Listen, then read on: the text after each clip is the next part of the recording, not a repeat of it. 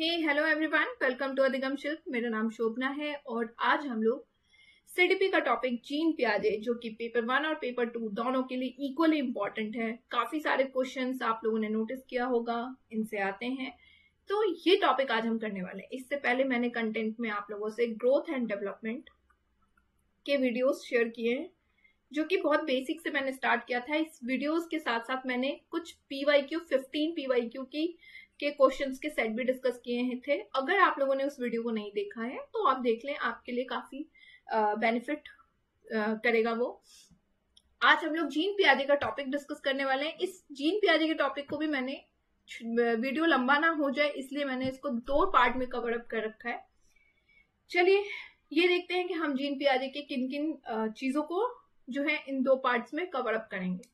तो जीन पियाजे की cognitive development theory यानी संज्ञानात्मक विकास सिद्धांत के बारे में हम देखेंगे। स्कीमा क्या होता है यानी ढांचा, उसके बारे में हम बात करेंगे। प्रोसेस ऑफ इक्विलिब्रेशन, संतुलन की प्रक्रिया कैसे होती है। स्टेजेस ऑफ डेवलपमेंट कितने हैं, उनके बारे में हम बात करेंगे। साथ ही साथ एलिमेंट्स ऑफ कॉग्निटिव डेवलपमेंट यानी संज्ञानात्मक विकास के तत्व कौन कौन से हैं, किन किन चीजों को उन्होंने महत्व दिया हुआ है, ये करेंगे हम। और इसके साथ हम PYQ सीरीज जो करते हैं 10 to 15 क्वेश्चन की, वो तो हम करेंगे ही करेंगे। ठीक है, चलिए फिर आज का टॉपिक हम स्टार्ट करते हैं। एक नजर हम जीन पियाजे के बारे में डालते हैं। देखिए, जीन पियाजे से हम सभी वाकिफ हैं। बीएड से लेकर के सीटेट के कई सारे क्वेश्चंस आपने एग्जाम्स दिए होंगे, उनमें आपने जीन पियाजे की थ्योरी को पढ़ाई होगा। कई बच्चे सीटेट के एग्जाम्स कई बार दे चुके होंगे और जो नए हैं उन्होंने बीएड में जरूर ही पढ़ा होगा। जीन पियाजे जो हैं वो एक साइकोलॉजिस्ट यानी मनोवैज्ञानिक थे। उन्होंने चाइल्ड साइकोलॉजिस्ट थे, इसलिए उन्होंने चाइल्ड की जो कॉग्निटिव डेवलपमेंट है, बच्चों का संज्ञानात्मक विकास कैसे होता है, इसके बारे में उन्होंने बहुत ज्यादा फोकस किया है। इवन कि उनकी जो कॉग्निटिव डेवलपमेंट थ्योरी है वो काफी ज्यादा आज के डेट में भी हम फॉलो करते हैं, पढ़ने और पढ़ाने से रिलेटेड।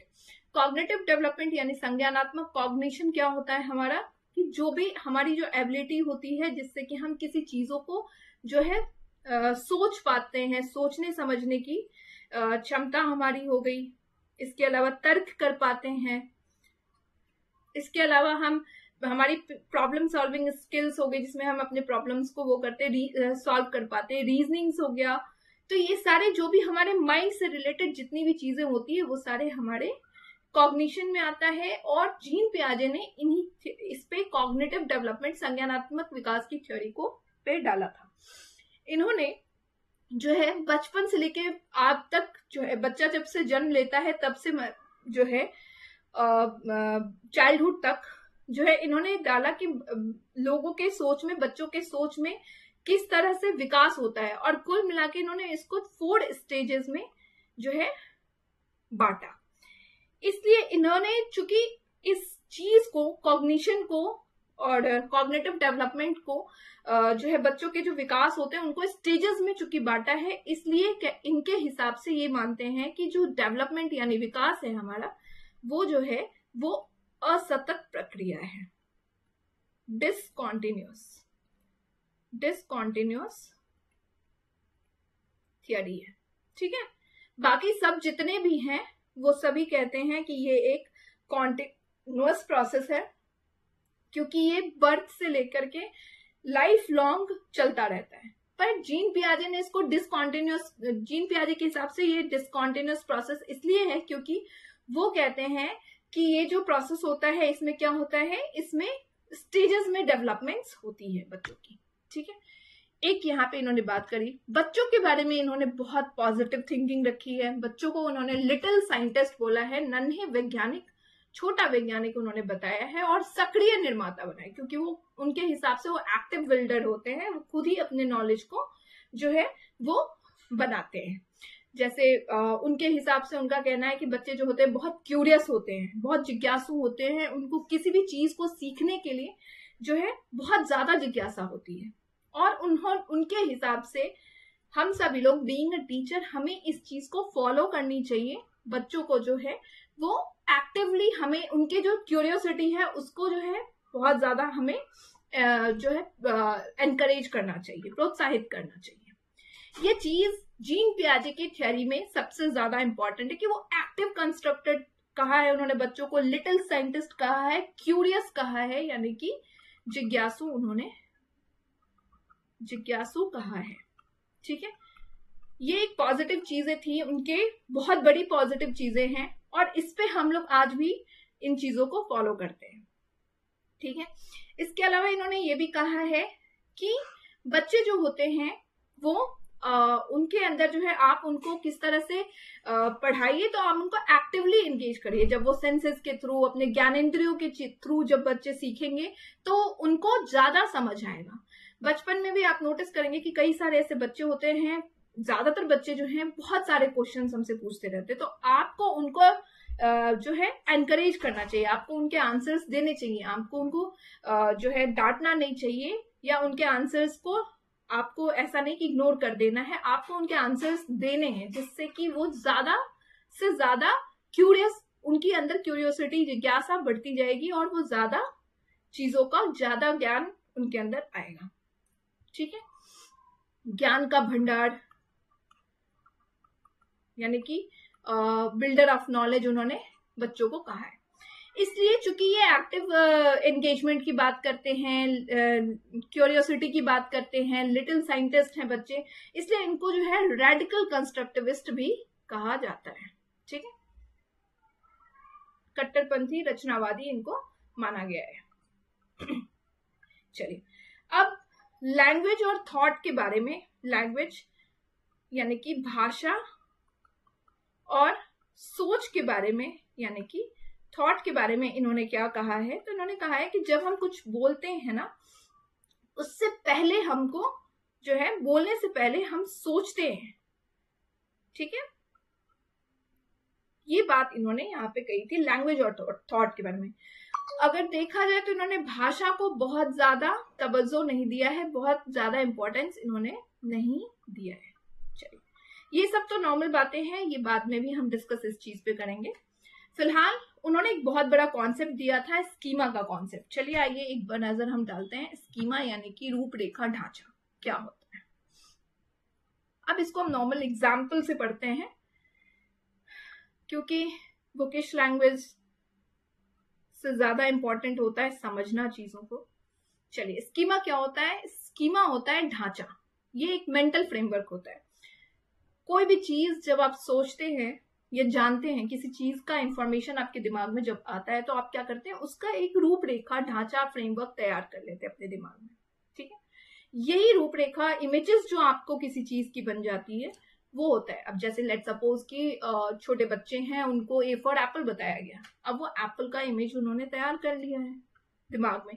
तो ये जो चीजें होती है यही कहलाती है हमारी स्कीमा, फ्रेमवर्क, ढांचा, जिसको कि हम क्या करते हैं, अपने दिमाग में, अपने माइंड में, अपने कॉग्निशन में ढाल लेते हैं। ठीक है, अब ये स्कीमा यानी कि ढांचा जो होता है, ये एक सिस्टमेटिक पैटर्न ऑफ थॉट और बिहेवियर भी कहा जाता है, कह सकते हैं हम इसको। मतलब सिस्टमेटिकली ये जो है एक व्यवस्थित तरीके से ऑर्गेनाइज होता है हमारे माइंड में। जैसे लेट सपोज कि प्राइमरी स्कूल के बच्चे होते हैं, 3 इयर्स के बच्चे हैं, तो आप सबसे पहले उन्हें क्या पढ़ाते हैं? सबसे पहले जो प्राइमरी टीचर होंगे अभी, जो या फिर जो प्राइमरी स्कूल के टीचर बनेंगे, तो 3 इयर्स के जो बच्चे होते हैं, 2.5 से 3 साल या 3.5 साल के जो बच्चे होते हैं, उनको हम क्या पढ़ाते हैं? सबसे पहले हम बताते हैं उनको ए फॉर एप्पल, एप्पल के बारे में बताते हैं। इस तरह से हम उनको साउंड्स का भी ज्ञान देते हैं और साथ साथ अल्फाबेट्स के नॉलेज भी करवाते हैं। बी फॉर बॉल, इस तरह से हम चीजों को पढ़ाते हैं, राइट? C for cat.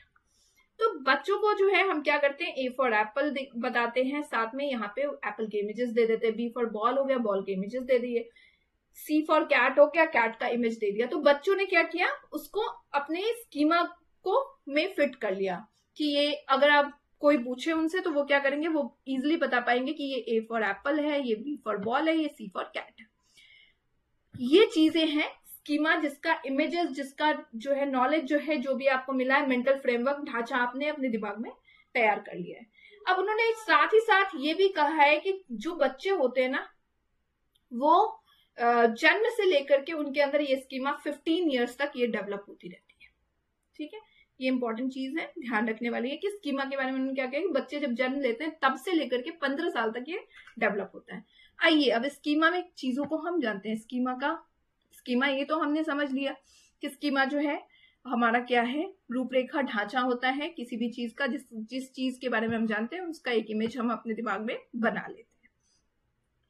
ये स्कीमा हेल्प क्या करता है हमको, हमारे को कॉन्सेप्ट्स को क्लियर करने में। जैसे बोला मैंने अभी आपको कि ए फॉर एप्पल हो गया, बच्चे ने समझ लिया।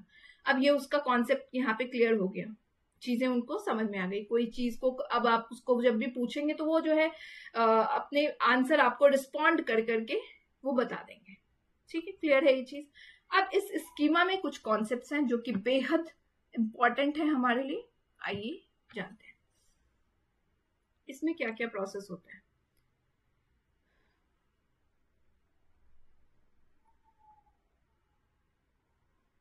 ढांचा ये तो आपने समझ लिया। अब इसमें क्या होता है, इसमें कॉन्सेप्ट्स आते हैं इक्विलिब्रेशन के और डिसइक्विलिब्रेशन के। इक्विलिब्रेशन यानी कि संतुलन, ठीक है। और एक सिचुएशन इसमें आता है डिसइक्विलिब्रेशन यानी कि असंतुलन।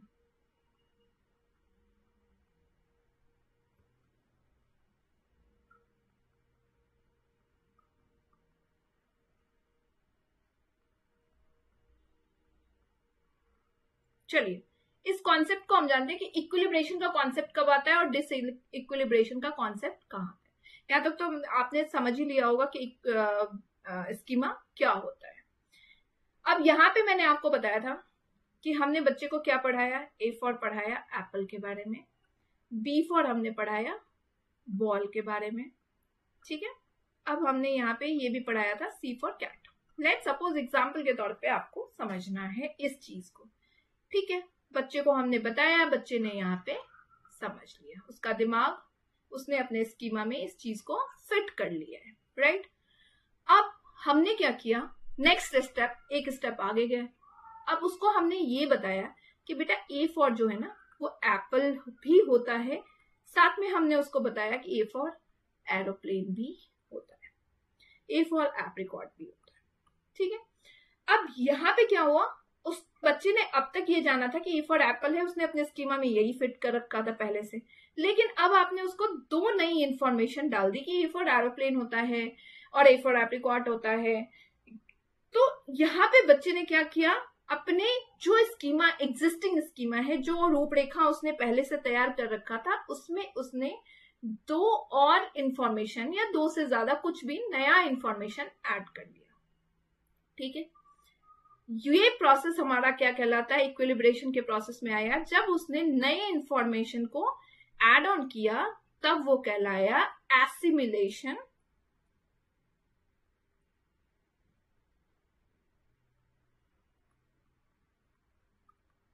जिसको हमने कहा आत्मसात, ठीक है। इसमें इसने क्या किया कि एग्जिस्टिंग, पहले से जो तैयार था स्कीमा, एग्जिस्टिंग स्कीमा में न्यू इंफॉर्मेशन को ऐड कर लिया उसने, क्लियर है, ऐड कर लिया। और ये जो सिचुएशन आपकी आ गई वो क्या हो गई, इक्विलिब्रेशन, मतलब उसका माइंड अब इक्विलिब्रेशन में है, संतुलन में है, क्योंकि उसने उसको ये आपने बता दिया कि ए फॉर एप्पल के साथ साथ ये ए फॉर ये भी सारे साउंड्स जो भी हैं वो सारे आपके एरोप्लेन हो गया, एप्रिकॉट हो गया, ये सारे साउंड्स जो हैं ए फॉर के ही एग्जाम्पल हैं। उसने अपने माइंड में ये भी चीजें फिट कर ली हैं, ये हो गया इक्विलिब्रेशन यानी संतुलन, ठीक है। ये एक कॉन्सेप्ट हो गया। अब नए कॉन्सेप्ट में बताऊं, डिसइक्विलिब्रेशन का कॉन्सेप्ट क्या होता है। यहाँ पे जो है इस इक्विलिब्रेशन के प्रोसेस में आपने देखा एसिमिलेशन हुआ, साथ ही साथ आप इसमें अडेप्टेशन का भी कह सकते हैं कि उसने अपने अडेप्टेशन, ठीक है, जिसमें कि उसने क्या किया, नए इंफॉर्मेशन को ऐड कर लिया है।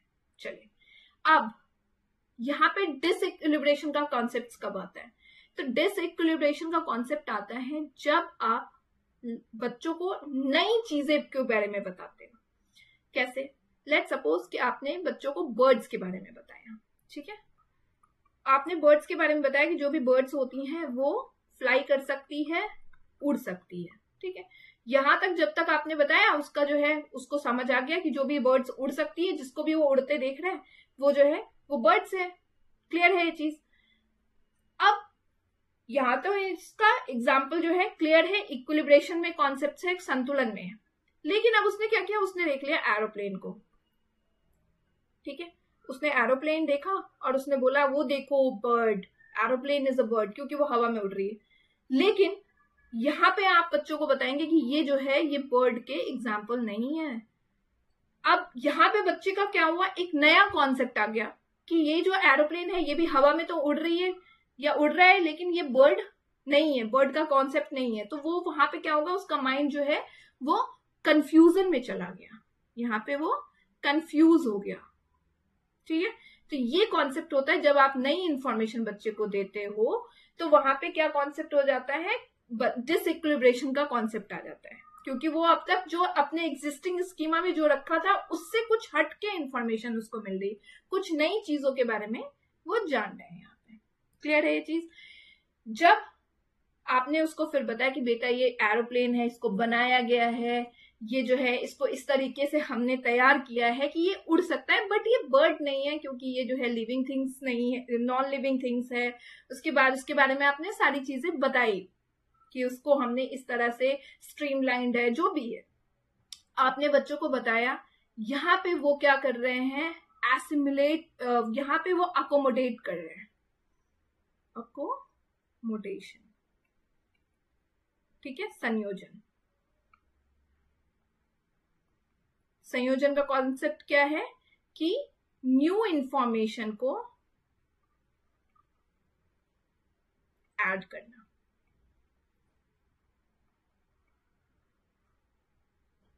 अपने स्कीमा में। क्लियर है ये चीज?